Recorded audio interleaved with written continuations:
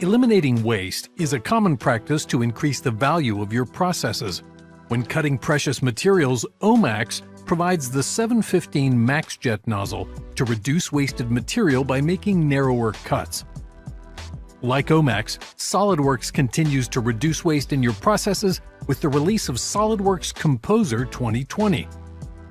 The CAD model of the MaxJet nozzle contains multiple named and exploded views necessary to document the design. With SOLIDWORKS Composer 2020, all of these views are now included when you open the model, so you don't waste time recreating them. This makes it quick and easy to create a custom exploded animation with Composer. And with 2020, you can now save the animation to additional popular formats like MP4.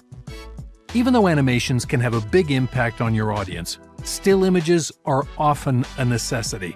SOLIDWORKS Composer 2020 now provides the option to publish a 360-degree view of your model in a series of raster or vector images.